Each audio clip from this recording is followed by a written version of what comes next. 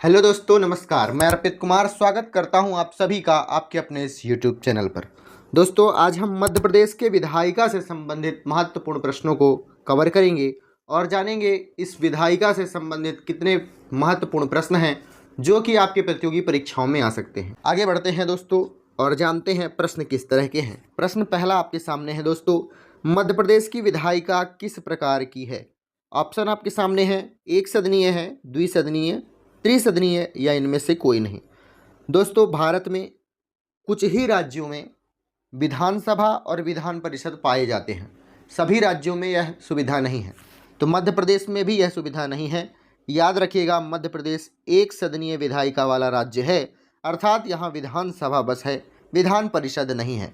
इसलिए option number ए right answer हो जाएगा। दोस्तों, मध्य प्रदेश विधानसभा में कुल कितने सदस्य होते हैं? विधानसभा सीटों की संख्या कुल कितनी है? कुल मिलाकर आपसे प्रश्न पूछा जा रहा है। याद रखिएगा, विधानसभा सीटों की संख्या 229 है, लेकिन इसमें एक सदस्य एंग्लो इंडियन समुदाय से नामित किया जाता है। तो इससे पूछ रहा है कि विधानसभा में कुल कितने सदस्य हैं? तो 229 प्लस 1 230। इस प्रश्न का सही उत्तर ऑप्शन नंबर बी है। लेकिन ध्यान रखिएगा, 104वें संविधान संशोधन जो कि सन 2019 में हुआ, इसके बाद यह प्रावधान समाप्त कर दिया गया था, एक एंग्लो इंडियन वाला। फिर भी अभी इस प्रश्न का सही उत्तर ऑप्शन नंबर बी है। दोस्तों, मध्य प्रदेश विधानसभा का कार्यकाल कितने वर्षों का होता है? यदि कोई व्यक्ति यहाँ से विधानसभा सदस्य चुनकर जाता है तो कितने वर्षों का उसका कार्यकाल होता है? Option number B right answer हो जाएगा। ऑप्शन नंबर बी 5 वर्षों का। सामान्यतः 5 वर्षों का कार्यकाल होता है, लेकिन आपातकालीन स्थिति हो जाए तो इसे बढ़ाया जा सकता है। ऑप्शन नंबर 20 प्रश्न का सही उत्तर होगा। मध्य प्रदेश विधानसभा में स्पीकर का चुनाव कौन करता है? मध्य प्रदेश विधानसभा में स्पीकर का चुनाव कौन करता है? ऑप्शन आपके सामने है, मुख्यमंत्री, राज्यपाल, विधानसभा के सदस्य या राष्ट्रपति। तो मध्य प्रदेश में विधानसभा स्पीकर का चुनाव कौन करता है? विधानसभा का जो सदस्य होता है वही करते हैं। कुल मिलाकर जितने भी सदस्य होते हैं वह अपने स्पीकर का चुनाव करते हैं। दोस्तों, option number C right answer हो जाएगा। विधानसभा में मंत्रिपरिषद किसके प्रति उत्तरदायी होती है? मंत्रिपरिषद के बारे में प्रश्न है, किसके प्रति उत्तरदायी होती है? ऑप्शन राज्यपाल, मुख्यमंत्री, विधानसभा या राष्ट्रपति। तो दोस्तों, विधानसभा में कुल सदस्य तो होते हैं, लेकिन इसमें 15 मंत्री होते हैं लगभग। तो 15 मंत्री जो होते हैं वह किसके लिए उत्तरदायी होते हैं? इस प्रश्न का सही उत्तर होगा दोस्तों, विधानसभा के मंत्री हैं तो विधानसभा के प्रति ही उत्तरदायी तो उनका होगा। ठीक है। मध्य प्रदेश विधानसभा के प्रथम अध्यक्ष या स्पीकर कौन थे? मध्य प्रदेश विधानसभा के प्रथम अध्यक्ष या स्पीकर कौन थे? ऑप्शन आपके सामने 4 हैं, देख लीजिए कौन है। कुंवर लाल गुप्ता, कुंजीलाल दुबे, हरिवल्लभ या फिर गुलाब चंद्र। इस प्रश्न का सही उत्तर होगा दोस्तों, मध्य प्रदेश के प्रथम स्पीकर थे Kunjilal Dubey. Option number B right answer हो जाएगा। मध्य प्रदेश के विधानसभा के प्रथम अध्यक्ष एवं स्पीकर कौन थे? कुंजीलाल दुबे। इन्होंने विधानसभा की परंपराओं और अनुशासन को मजबूत किया या फिर आधार बनाया, आप कह सकते हैं। विधानसभा का बजट किसके द्वारा प्रस्तुत किया जाता है? मध्य प्रदेश विधानसभा का बजट किसके द्वारा प्रस्तुत किया जाता है? सही उत्तर होगा वित्त मंत्री, जो भी नियुक्त किया गया होगा उसी के द्वारा विधानसभा का बजट प्रस्तुत किया जाएगा। Option number C right answer हो जाएगा। मध्य प्रदेश विधानसभा में हर साल वित्तीय मंत्री बजट पेश करते हैं, इसके बाद उस पर चर्चा होती है, फिर उसे पारित किया जाता है, जैसा कि आप सभी जानते ही होंगे। ऑप्शन नंबर सी इस प्रश्न का सही उत्तर होगा। आगे बढ़ते हैं, अगला प्रश्न देखते हैं। मध्य प्रदेश विधानसभा का वर्तमान सत्र कहाँ आयोजित किया जाता है? वर्तमान सत्र कहाँ आयोजित किया जाता है? ऑप्शन नंबर क्या राइट आंसर हो जाएगा? ऑप्शन आपके सामने है, ग्वालियर, जबलपुर, भोपाल या इंदौर। बताइए, वर्तमान सत्र जो है मध्य प्रदेश का कहाँ बैठता है? इस प्रश्न का सही उत्तर ऑप्शन नंबर सी है दोस्तों, भोपाल में बैठता है। मध्य प्रदेश विधानसभा का मुख्य भवन भोपाल में स्थित है। राज्य की राजधानी होने के कारण सभी महत्वपूर्ण विधान संबंधी कार्यवाही यहीं से संपन्न की जाती है, क्योंकि यह राज्य की राजधानी है। Option number C right answer हो जाएगा। चलिए दोस्तों, अगला प्रश्न देखते हैं क्या है। विधानसभा के विशेष अधिवेशन बुलाने का अधिकार किसके पास है? ऑप्शन आपके सामने है, राज्यपाल, मुख्यमंत्री, विधानसभा अध्यक्ष या राष्ट्रपति। विशेष अधिवेशन बुलाने का अधिकार किसके पास है? तो दोस्तों, इस प्रश्न का सही उत्तर ऑप्शन नंबर ए होगा, राज्यपाल के पास। लेकिन मुख्यमंत्री की सलाह पर वह राज्यपाल क्या है, विशेष अधिवेशन को बुला सकता है। ऑप्शन नंबर ए इस प्रश्न का सही उत्तर होगा। मध्य प्रदेश विधानसभा के सदस्य बनने के लिए न्यूनतम आयु कितनी होनी चाहिए? इस प्रश्न का सही उत्तर क्या होगा? 18 वर्ष, 21 वर्ष, 25 वर्ष या 30 वर्ष। विधानसभा का यदि आपको सदस्य बनना है तो आपकी आयु कितनी होनी चाहिए? इस प्रश्न का सही उत्तर ऑप्शन नंबर सी होगा दोस्तों, 25 वर्ष की आयु आपके पास होनी चाहिए, न्यूनतम आयु है। जबकि विधान परिषद की बात करें तो वहाँ न्यूनतम आयु 30 वर्ष बढ़कर हो जाती है। विधान परिषद की न्यूनतम आयु 30 वर्ष हो जाती है, याद रखिएगा। लेकिन विधानसभा की न्यूनतम आयु 25 वर्ष है। चलिए अगला प्रश्न देखते हैं क्या है। मध्य प्रदेश विधानसभा की शक्तियां और अधिकार किस संविधान की सूची में आते हैं? संविधान की किस सूची में आते हैं? संघ सूची, राज्य सूची, समवर्ती सूची या केवल संसद के द्वारा निर्धारित किए जाते हैं? तो याद रखिएगा, विधानसभा की शक्तियां और अधिकार यह राज्य सूची में आते हैं। यह राज्य सूची किस अनुसूची में है? याद रखिएगा, 7वीं अनुसूची में। और समवर्ती सूची में भी कुछ विषय दिए गए हैं। आगे बढ़ते हैं, अगला प्रश्न देखते हैं। मध्य प्रदेश विधानसभा का विघटन किसके द्वारा किया जा सकता है? विघटन की बात की जा रही है। विधानसभा अध्यक्ष के द्वारा, मुख्यमंत्री के द्वारा, राज्यपाल के द्वारा या राष्ट्रपति के द्वारा। मध्य प्रदेश विधानसभा का विघटन किसके द्वारा किया जा सकता है? Option number C right answer हो जाएगा, राज्यपाल के द्वारा। संविधान के अनुसार मध्य प्रदेश विधानसभा का विघटन करने का अधिकार केवल और केवल राज्यपाल के पास है। हालांकि राज्यपाल यह कार्य सामान्यतः मुख्यमंत्री की सलाह पर ही कर सकते हैं या फिर करते हैं, लेकिन अधिकार सिर्फ और सिर्फ राज्यपाल के पास है। Option number C right answer हो जाएगा। मध्य प्रदेश विधानसभा में विधेयक पारित होने के बाद किसकी अनुमति आवश्यक है? स्वाभाविक सी बात है, विधेयक पारित होगा तो अंतिम हस्ताक्षर भी राज्यपाल के ही लगेंगे। Option number C right answer हो जाएगा। अगला प्रश्न है, वित्तीय विधेयक मनी बिल को विधानसभा में पेश करने की अनुमति किसके द्वारा दी जाती है? कोई भी बिल आता है तो सबके द्वारा दिया जा सकता है, लेकिन अनुच्छेद 207 के अनुसार जो वित्तीय विधेयक होगा उसको पारित करने या पेश करने के लिए सबसे पहले राज्यपाल की अनुमति होनी आवश्यक है। किस अनुच्छेद के अनुसार? 207 के अनुसार। मध्य प्रदेश विधानसभा में अविश्वास प्रस्ताव किसके विरुद्ध लाया जाता है? ऑप्शन नंबर ए आपके सामने है, राज्यपाल, मुख्यमंत्री परिषद या फिर विधानसभा अध्यक्ष या मुख्य सचिव। बताना है आपको अविश्वास प्रस्ताव किसके विरुद्ध लाया जा सकता है। Option number B right answer हो जाएगा। मुख्यमंत्री व मंत्री परिषद के विरुद्ध अविश्वास प्रस्ताव को लाया जा सकता है, याद रखिएगा। यदि यह पारित हो जाता है तो पूरी मंत्री परिषद को इस्तीफा देना पड़ता है, याद रखिएगा। राज्यपाल विधानसभा के कितने सत्र बुलाने के लिए बाध्य है? विधानसभा में कुल कितने सदस्य बुलाने के लिए वह बाध्य है? याद रखिएगा, कम से कम 3 सत्र प्रति वर्ष बुलाया जा सकता है या बुलाना ही अनिवार्य है। Option number A C right answer हो जाएगा। कम से कम 3 सत्र प्रति वर्ष। Option number C right answer हो जाएगा, अनिवार्य है। इसके अलावा 2 सत्रों के बीच में 6 महीने का अधिक से अधिक अंतर होना चाहिए। 6 महीने से ज़्यादा का अंतर नहीं होना चाहिए। आइए अगला प्रश्न देखते हैं। मध्य प्रदेश विधानसभा में प्रश्नकाल किस उद्देश्य से रखा गया है? प्रश्नकाल का अर्थ ही है कि जो विधानसभा के सदस्य हैं वह प्रश्न कर सकें।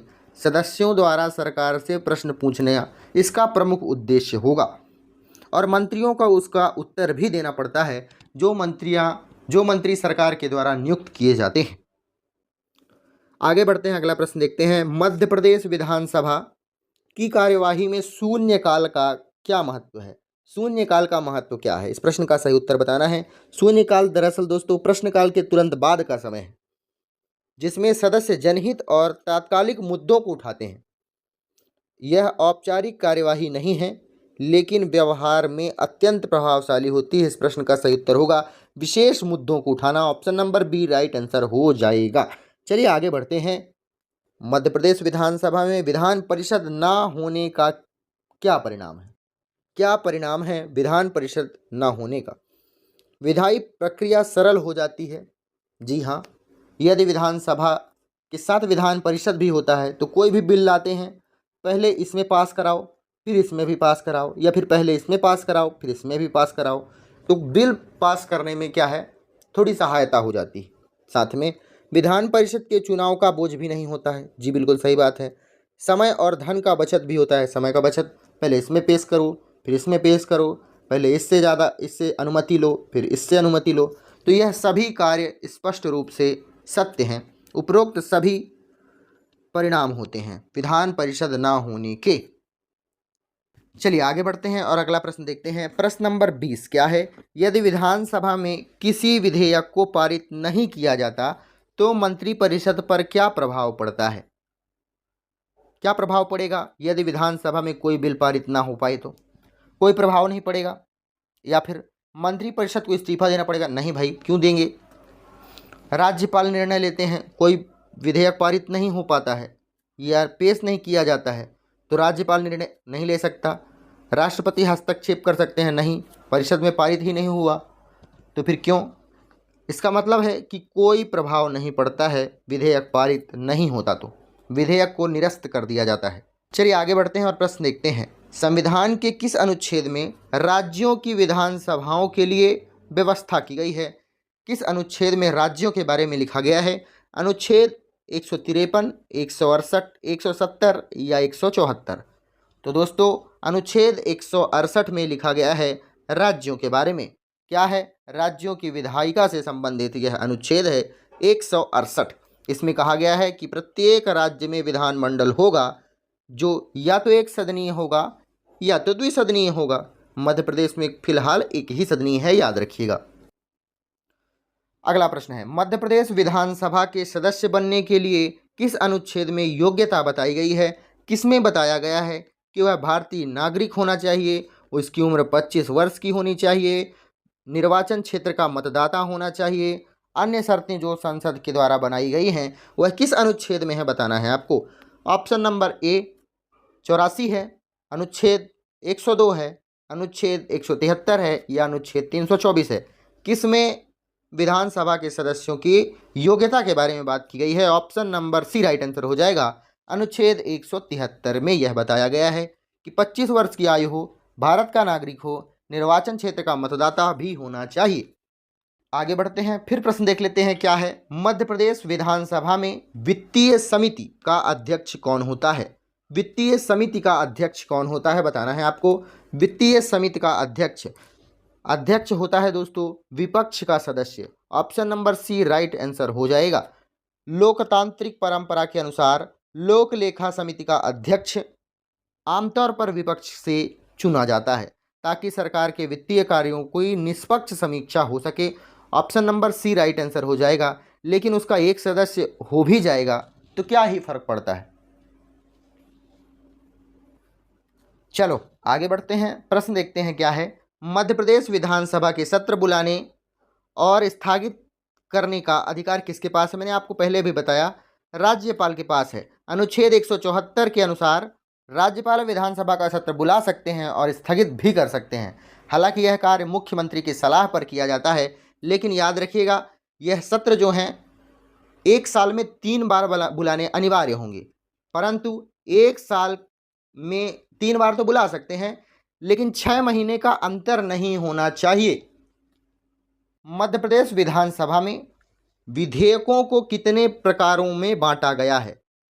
विधेयकों को बताइए कितने प्रकारों में बांटा गया है। ऑप्शन आपके सामने है, 2 प्रकार में, 3 प्रकार में, 4 प्रकार में या 5 प्रकार में। तो विधेयकों को दोस्तों 2 प्रकार में बांटा गया है। कौन कौन से यदि आपसे पूछा जाए तो पहला होगा साधारण विधेयक, दूसरा होगा वित्तीय विधेयक। साधारण विधेयक और वित्तीय विधेयक। साधारण विधेयक क्या होगा? जिसे किसी भी सदस्य द्वारा पेश किया जा सकता है, और वित्तीय विधेयक राज्यपाल की पूर्व अनुमति के बाद ही पेश किया जा सकता है वित्त मंत्री के द्वारा। ऑप्शन नंबर इसमें ए राइट आंसर हो जाएगा दोस्तों। चलो अगला प्रश्न देखते हैं। प्रश्न है मध्य प्रदेश विधानसभा में प्रश्नकाल किस अनुच्छेद से संबंधित है। प्रश्नकाल के लिए दोस्तों कोई भी अनुच्छेद नहीं दिया गया है। Option number D right answer हो जाएगा। दोस्तों कार्य संचालन नियमावली के अनुसार यह कार्य किया जाता है। इसमें सदस्य सरकार से प्रश्न पूछते हैं और जवाब लिया जाता है। भाई सरकार क्यों बनाई जाती है? जो विपक्षी सदस्य हैं वह भी कार्य करेंगे ना, कि उनका कोई महत्व ही नहीं है। यदि वह प्रश्न नहीं करेंगे कि क्या कार्य हो रहा है तो कैसे होगा। मध्य प्रदेश विधानसभा में कुल कितनी स्थायी समितियां होती हैं? स्थायी समितियों के बारे में बात की गई है। मध्य प्रदेश विधानसभा में कुल कितनी स्थायी समितियां होती हैं? 8, 12, 15 या 20 से ज़्यादा। इस प्रश्न का सही उत्तर होगा 20 से ज़्यादा। मध्य प्रदेश विधानसभा में लगभग 20 से अधिक स्थायी समितियां होती हैं। जैसे स्थायी समितियां कैसे हैं? जैसे पहली लोक लेखा समिति, प्राक्कलन समिति, विशेषाधिकार समिति, याचिका समिति, आश्वासन समिति, कई प्रकार की समितियां होती है। 20 से ज़्यादा समितियां बनाई गई हैं मध्य प्रदेश विधानसभा में। चलिए अगला प्रश्न देखते हैं। विधानसभा अध्यक्ष को उनके पद से कैसे हटाया जा सकता है? विधानसभा अध्यक्ष को उनके पद से कैसे हटाया जा सकता है? विशेष बहुमत से। लेकिन जब उनकी नियुक्ति होगी तो साधारण बहुमत से उनकी नियुक्ति हो जाएगी। हटाने के समय विशेष बहुमत होना चाहिए। विशेष बहुमत क्या है? विशेष बहुमत वो है दोस्त, यदि विधानसभा में 300 व्यक्ति हैं तो 200 व्यक्ति आपकी तरफ होने चाहिए, हटाने वाले पार्टी की तरफ। ठीक है, याद रखिएगा। विधानसभा अध्यक्ष को केवल विधानसभा के सदस्यों द्वारा बहुमत से ही पारित करके हटाया जा सकता है, विशेष बहुमत से प्रस्ताव करके। इस प्रश्न का सही उत्तर ऑप्शन नंबर डी होगा, याद रखिएगा। अगला, मध्य प्रदेश विधानसभा के सदस्यों को विधानमंडलीय विशेषाधिकार किस अनुच्छेद में दिए गए हैं? विधानमंडलीय विशेषाधिकार के बारे में अनुच्छेद 194 में बात की गई है। वाक स्वतंत्रता के बारे में कहा गया है। वाक स्वतंत्रता कुछ भी कह सकते हैं विधानसभा के अंदर, और संसदीय विशेषाधिकार का भी प्रदान किया गया है। कहाँ? संसदीय के अंदर। मतलब 194 में यह कहा गया है कि आप विधानमंडल के अंदर या फिर विधानसभा के अंदर कुछ भी कह सकते हैं। वाक स्वतंत्रता का अधिकार है ताकि वे स्वतंत्र रूप से अपने विचार को व्यक्त कर सकते हैं। अनुच्छेद 194 ऑप्शन नंबर बी होगा दोस्तों। चलो भाई आगे बढ़ते हैं और प्रश्न देखते हैं क्या है। यदि मध्य प्रदेश विधानसभा में किसी विधेयक पर गतिरोध हो जाए तो क्या प्रावधान है? गतिरोध हो जाए और आवश्यक बिल है तो क्या किया जा सकता है? राज्यपाल अध्यादेश जारी कर सकते हैं। Option number B right answer हो जाएगा। राज्यपाल अध्यादेश जारी कर सकते हैं। यदि किसी महत्वपूर्ण कानून पर तत्काल आवश्यकता हो जाए तो अध्यादेश जारी करके उस कानून को लागू किया जा सकता है, क्योंकि यहाँ द्विसदनीय व्यवस्था नहीं है। अगला प्रश्न, मध्य प्रदेश में यदि विधान परिषद स्थगित करनी हो तो किस अनुच्छेद के तहत यह संभव है? स्थगित करनी हो तो अनुच्छेद 169। इसके तहत यदि राज्य की विधानसभा विशेष बहुमत से प्रस्ताव पारित करे और संसद उस पर कानून बनाए तभी किसी राज्य में विधान परिषद बनाई या समाप्त की जा सकती है। ऑप्शन नंबर ए राइट आंसर हो जाएगा 169। वर्तमान मध्य प्रदेश में केवल विधानसभा है, याद रखिएगा, विधान परिषद है ही नहीं, तो यह प्रश्न उठता ही नहीं है, लेकिन पूछा गया है तो इस प्रश्न का ऑप्शन नंबर ए राइट आंसर हो जाएगा। अगला प्रश्न, अध्यादेश जारी करने की शक्ति राज्यपाल को किस अनुच्छेद में दी जाती है? अनुच्छेद नंबर 213 में राज्यपाल को अध्यादेश जारी करने की शक्ति है।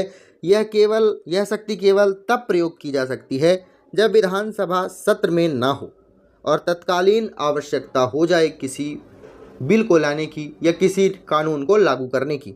Option number C right answer हो जाएगा 213।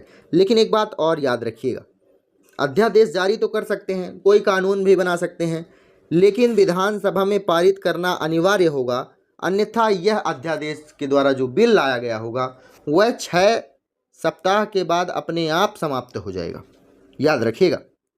चलिए दोस्तों अगला प्रश्न देखते हैं। अध्यादेश की न्यायिक समीक्षा क्यों संभव है? इस प्रश्न का सही उत्तर होगा ऑप्शन नंबर डी। यह कानून के समान ही प्रभाव रखता है और संविधान के विपरीत नहीं हो सकता। अध्यादेश किसी भी कानून की तरह ही प्रभावी होता है और यह संविधान का उल्लंघन करता है या विषयों की सूची के बाहर होता है तो उच्च न्यायालय अर्थात हाई कोर्ट या सुप्रीम कोर्ट में इसकी समीक्षा की जा सकती है कि राज्यपाल के द्वारा अध्यादेश जारी किया गया, लेकिन वह राज्य विषय सूची के अंतर्गत नहीं है वह कार्य, जिसके कारण इन्होंने अध्यादेश जारी किया था। इस प्रश्न का option number D right answer हो जाएगा दोस्तों। अध्यादेश को हाई कोर्ट और सुप्रीम कोर्ट में समीक्षा के लिए प्रस्तुत किया जा सकता है। मध्य प्रदेश विधानसभा और संसद की विधायी शक्तियों में क्या मुख्य अंतर है? अंतर क्या है दोस्तों? संसद की विधायी शक्तियों और विधानसभा की विधायी शक्तियों में क्या अंतर है? जरूरी नहीं है मध्य प्रदेश के बाद उत्तर प्रदेश भी हो सकता है, याद रखिएगा। इस प्रश्न का सही उत्तर ऑप्शन नंबर सी होगा दोस्तों। संसद के पास संघ सूची व समवर्ती सूची पर, जबकि विधानसभा के पास सिर्फ राज्य सूची और समवर्ती सूची के कानून बनाने का अधिकार है।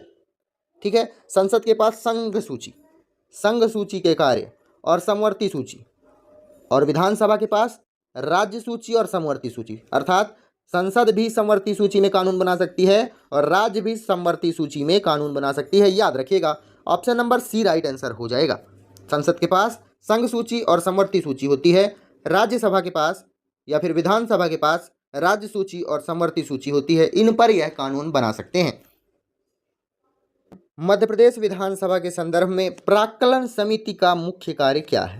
प्राक्कलन समिति का मुख्य कार्य क्या है?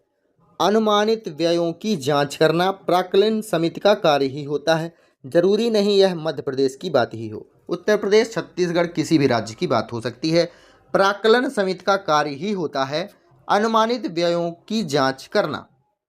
इसके कारण क्या होता है? सरकार किसी भी तरह का व्यय फालतू नहीं बता सकती। यदि व्यय की है, उसकी जांच की गई है, प्राक्कलन समिति के द्वारा, यह उसका कार्य ही होता है दोस्तों।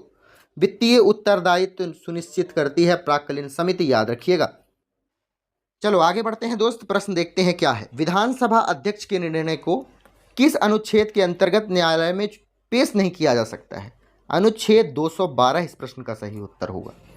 लेकिन याद रखिएगा, अध्यक्ष का दल बदल संबंधी निर्णय न्यायालय में पेश किया जा सकता है, बाकी कोई निर्णय नहीं। लेकिन दल बदल संबंधी जो भी कानून होंगे, जो भी निर्णय होगा, वह न्यायालय में पेश किया जा सकता है। ऑप्शन नंबर कौन सा सही होगा? 212 किस में है? Option number D right answer हो जाएगा। ठीक है ना। चलो दोस्त, अगला प्रश्न देखते हैं क्या है। मध्य प्रदेश विधानसभा में मंत्रिमंडल की सामूहिक उत्तरदायित्व किस प्रावधान से जुड़ी हुई है? Option number B right answer हो जाएगा। 164 का क्लॉज बी क्या कहता है कि मंत्री परिषद सामूहिक रूप से विधानसभा के प्रति उत्तरदायी होगी। लेकिन इसका मतलब यह है कि यदि विधानसभा विश्वास नहीं जताती है तो पूरा मंत्रिमंडल भी इस्तीफा देने के कगार पर आ जाएगा, यदि विधानसभा विश्वास नहीं दिखाती है तो। चलो आगे बढ़ें, प्रश्न देखते हैं क्या है। मध्य प्रदेश विधानसभा का कोई सदस्य यदि पेंशन या वेतन में वृद्धि का विधेयक प्रस्तुत करता है तो उसके लिए क्या आवश्यक है? राज्यपाल की पूर्व अनुमति आवश्यक है यदि कोई पेंशन या वेतन की वृद्धि के बारे में बात की जा रही है। Option number C right answer हो जाएगा दोस्तों। संविधान में स्पष्ट प्रावधान है कि यदि विधेयक का संबंध विधेयकों के वेतन से संबंधित है या पेंशन से संबंधित है या भत्तों से संबंधित है तो इसे पहले राज्यपाल की अनुमति लेनी पड़ेगी। इसी तरह से वित्तीय बिल के बारे में भी बात है। ठीक है ना। चलो आगे बढ़ें। यदि मध्य प्रदेश विधानसभा द्वारा पारित किसी विधेयक को राज्यपाल राष्ट्रपति के पास भेज देते हैं तो वह किस अनुच्छेद के अंतर्गत आता है? राज्यपाल राष्ट्रपति के पास यदि भेज दे रहा है तो अनुच्छेद 201 के अंतर्गत आएगा। अनुच्छेद 201 के अंतर्गत राज्यपाल किसी विधेयक को राष्ट्रपति की अनुमति के लिए सुरक्षित रह सकता है, वीटो पावर होती है कुल मिलाकर। तब तक विधेयक प्रभावी रूप से नहीं लागू किया जा सकता या स्वीकृति नहीं किया जा सकता जब तक राज्यपाल या राष्ट्रपति स्वीकृति न दे दें। 201 के अंतर्गत राज्यपाल किसी भी विधेयक को या बिल को किसके पास भेज सकता है? राष्ट्रपति के पास, याद रखिएगा। मध्य प्रदेश विधानसभा का कार्य संचालन नियम कौन बनाता है? कार्य संचालन नियम कौन बनाता है विधानसभा का? राज्यपाल, विधानसभा का अध्यक्ष, विधानसभा स्वयं या राष्ट्रपति? इस प्रश्न का सही उत्तर होगा विधानसभा के द्वारा ही संचालन समिति का नियम बनाया जाता है। अनुच्छेद 208 क्या कहता है? प्रत्येक राज्य की विधानसभा अपने कार्य संचालन के लिए नियम स्वयं बना सकती है। इसमें विधानसभा अध्यक्ष लागू कर सकते हैं। कार्य लागू करने का किसका होता है? विधानसभा अध्यक्ष का। लेकिन नियम कौन बनाता है? विधानसभा स्वयं। चलो अगला प्रश्न है, दल बदल विरोधी कानून किस अनुसूची में जोड़ा गया है जो मध्य प्रदेश विधानसभा पर भी लागू होता है? ऑप्शन नंबर 10, सी राइट आंसर हो जाएगा। 10वीं अनुसूची। 10वीं अनुसूची संविधान में कब जोड़ी गई? याद रखिएगा 52वें संविधान संशोधन जो कि 1985 में हुआ, उसमें दल बदल विरोधी कानून के बारे में बात की गई है। यदि कोई विधायक अपनी पार्टी छोड़कर जाता है या फिर उसके विरुद्ध कोई कार्य करता है तो उसे अयोग्य ठहराया जा सकता है। इसका निर्णय विधानसभा का अध्यक्ष करता है कि वह अयोग्य है कि नहीं है। Option number C right answer हो जाएगा। 10वीं अनुसूची में दल बदल विरोधी कानून के बारे में कहा गया है। यह 52वें संविधान संशोधन के द्वारा जो कि 1885 में हुआ था, उसके माध्यम से यह इंट्रोड्यूस हुआ है। कहाँ? संविधान में। दल बदल से संबंधित विधानसभा अध्यक्ष का निर्णय किसके अधीन न्यायिक समीक्षा योग्य है?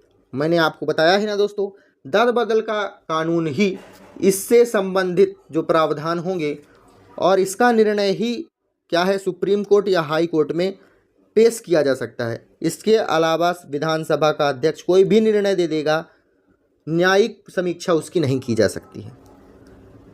तो बताना है किस अनुच्छेद के अधीन न्यायिक समीक्षा की जा सकती है। अनुच्छेद 32 यह सुप्रीम कोर्ट के बारे में बताया गया है। अनुच्छेद 136 इसमें भी, मतलब इनमें से सभी अनुच्छेदों के अनुसार वह न्यायिक समीक्षा के लिए जा सकता है। चलिए अगला प्रश्न क्या है, विधानसभा की विशेषाधिकार समिति का क्या उद्देश्य है? विशेषाधिकार समिति का उद्देश्य है कि विधायकों के अधिकारों की रक्षा करना। Option number B right answer हो जाएगा। यदि कोई बाहरी व्यक्ति या विधायक ही नियमों का उल्लंघन कर रहा है तो यह समिति की कार्यवाही की सिफारिश कर सकते हैं। विशेषाधिकार समिति बनाई जा सकती है और उन पर कार्यवाही भी की जा सकती है। Option number B right answer हो जाएगा दरअसल इस प्रश्न का। अगला प्रश्न है दोस्तों, मध्य प्रदेश विधानसभा में याचिका समिति का कार्य क्या है? याचिका समिति का कार्य है जनता से आई शिकायतों और याचिकाओं की जांच करना, इसका प्रमुख कार्य है। लोकतंत्र में जनता और विधायिका के बीच में प्रस्तुत सेतु अर्थात ब्रिज का काम करती है। जनता से आई शिकायतों और याचिकाओं की जांच करना याचिका समिति का प्रमुख उद्देश्य है। अगला प्रश्न, मध्य प्रदेश विधानसभा में सदन में अनुशासन बनाए रखने की शक्ति किसके पास है? यह कौन कह सकता है कि सदन में को शांत रखे या अनुशासन बनाए रखिए? इस प्रश्न का सही उत्तर ऑप्शन नंबर सी होगा। हालांकि विधानसभा के अंदर कोई भी विधायक कुछ भी कह सकता है, उसे अधिकार है वाक स्वतंत्रता का। मैंने आपको बताया है अनुच्छेद आप कमेंट बॉक्स में जरूर बताइएगा। वाक स्वतंत्रता का अधिकार किस अनुच्छेद के अंतर्गत आता है? अगला, विधानसभा में किसी विधेयक के पारित होने के लिए सामान्यतः किस बहुमत की आवश्यकता होती है? सामान्यतः तो साधारण बहुमत की आवश्यकता ही होती है किसी भी विधेयक को पारित करने की। ऑप्शन नंबर ए राइट आंसर हो जाएगा। लेकिन यदि विधानसभा का अध्यक्ष होगा, उसे हटाने के लिए तो विशेष बहुमत की आवश्यकता ही होगी। विशेष बहुमत क्या होती है? 2/3। यदि विधानसभा में बजट अस्वीकार हो तो इसका क्या परिणाम होगा? क्या होगा? कोई भी प्रभाव नहीं पड़ेगा, मैंने आपको बताया था। लेकिन मंत्रिपरिषद को इस्तीफा देना पड़ेगा।